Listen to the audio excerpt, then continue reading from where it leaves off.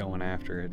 This is what I want to do. Yeah. Well, everyone talks a big game at work, and then Tuesday they'll be at work and I'll be hunting, and they'll be like, and it's like the best day. It's like, why are you at work, dude? How can you how can you be that ate up with hunting? Or you, everyone talks a big game. I'm gonna tell you right now, but they're at work and I'm hunting, so I don't know. I don't know what to do. I Joe, can't it's do funny. I can't do everything for them. If you got to figure out your situation, you can't miss one day during the rut when it's the best day. That's your fault. Well, and I think working at a place that allows you to take like 2 hour chunks or maybe a half day and getting out on some of the better weather days that fall, like October 18th on a random Wednesday or Tuesday.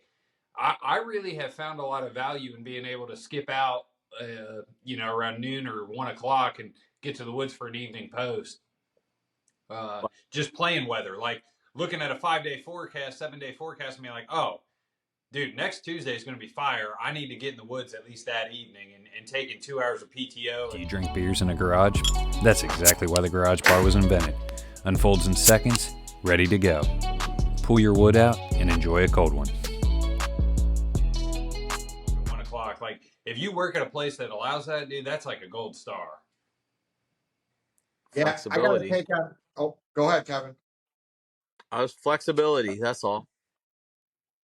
I got to take on that. So like that goes to like structuring your life around hunting. So like my job, the way I structured it, it's almost like a deep sea fisherman or a lumberjack. So like I can work as little as I want or as much as I want. Just matters if I pay my bills. So I just don't get paid if I don't work.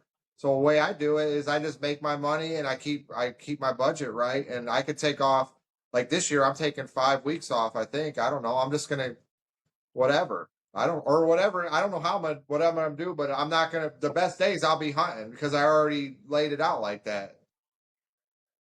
Yeah, it's funny. If I could go back and give some advice to like the 20-year-old guys that are listening to this pod, it's like a job, what you're going to make, your income is like probably 30% of what that job offer truly means. I would add PTO to be like a solid consideration when you take a job. And once that offer comes in, fighting for more PTO and maybe not more pay, because that time is something you don't get back, and you can always make more money if you're. We have become conscious that we will never decrease efforts towards attempting to be better.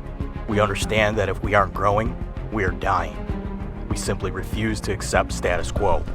We will continue to gain education through experience, and when we kill that buck of a lifetime, there will have been nothing accidental about it. Be surgical.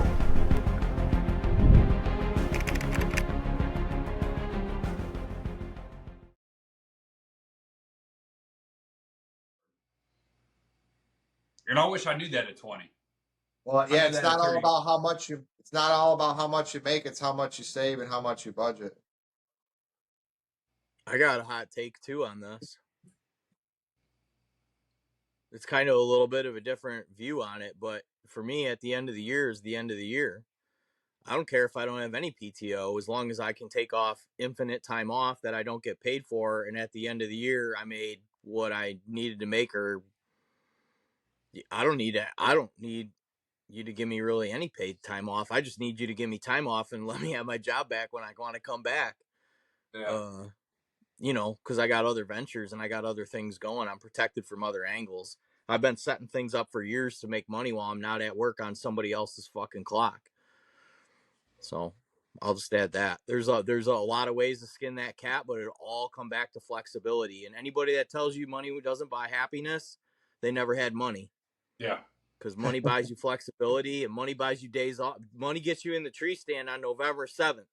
And guess what? If you don't have money and you're struggling to pay your bills and you got to be at work on November 7th, I've been there.